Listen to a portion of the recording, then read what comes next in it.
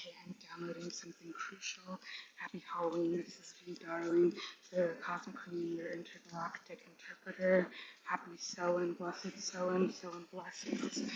And I want to share what I'm picking up as I was pouring meditations in the park that I live near.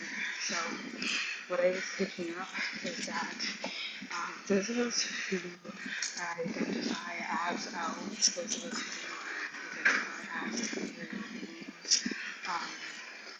when we pass away and we are no longer incarnate, return to our original state, and that is of freedom, like free-flowing, as we are the ethers. This is actually such a deep message. So what I picked up is that, like, the earth is not just for the planet, but like the earth, like the true earth. Like, as we know, it is elements, and dimensions are lost.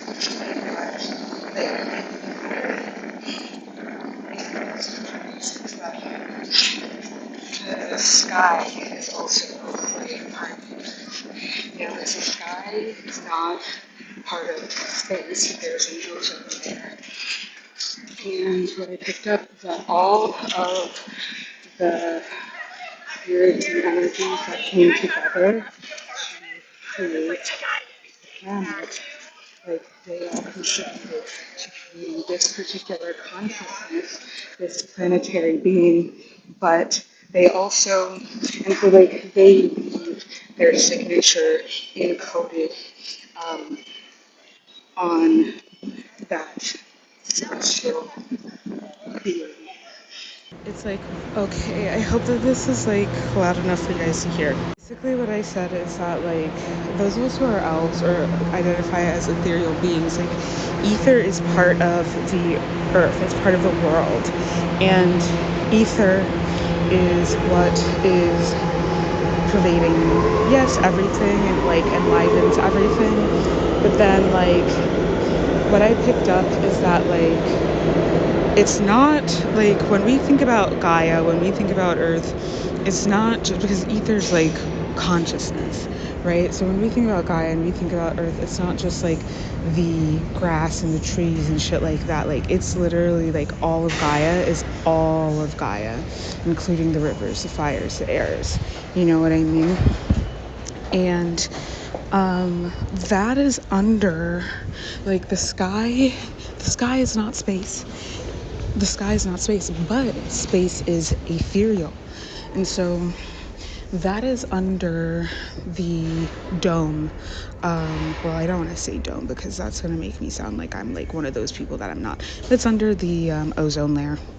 And that is the thing that separates like inhabitable Earth from space, obviously.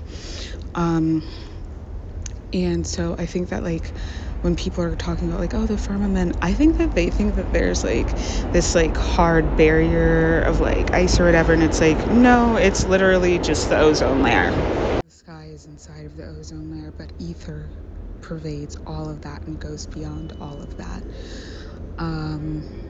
And when ethereal beings, Fae, are no longer incarnate Fae are elves of a high level, 𝗂𝗍. But when we are no longer incarnate, we go back into the ether, which is why elves seem as old as the ages, even if they haven't been to Earth a bunch of times. And I get that like we can be anywhere, you know what I mean, and we can go to different planets and stuff like that super easily because we're everywhere. And we can choose where we're going to incarnate. And if we're high ranking, we have a lot of power, a lot of energy, which is going to mean that you're particularly ancient. You can incarnate multiple places at multiple times. So you be able to like tap into the consciousness of those multiple different versions of you across times and timelines. Those are multiple different timelines. So this is a big part of why it's really important for ethereal beings to stay grounded.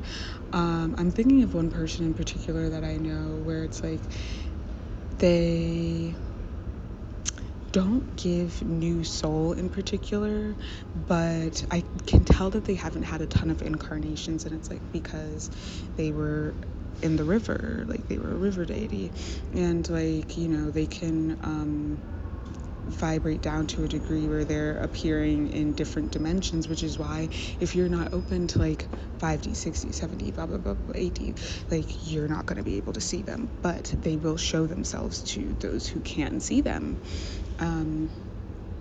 So now I'm remembering, like, I feel like the time that I saw one was because, like, when you see orbs, they wanted me to remember that forever so that I would never lose my sense of magic and, like, close my eyes all the way. They put that in my subconscious so I would never forget. Because they knew that as I got older, I was starting to forget.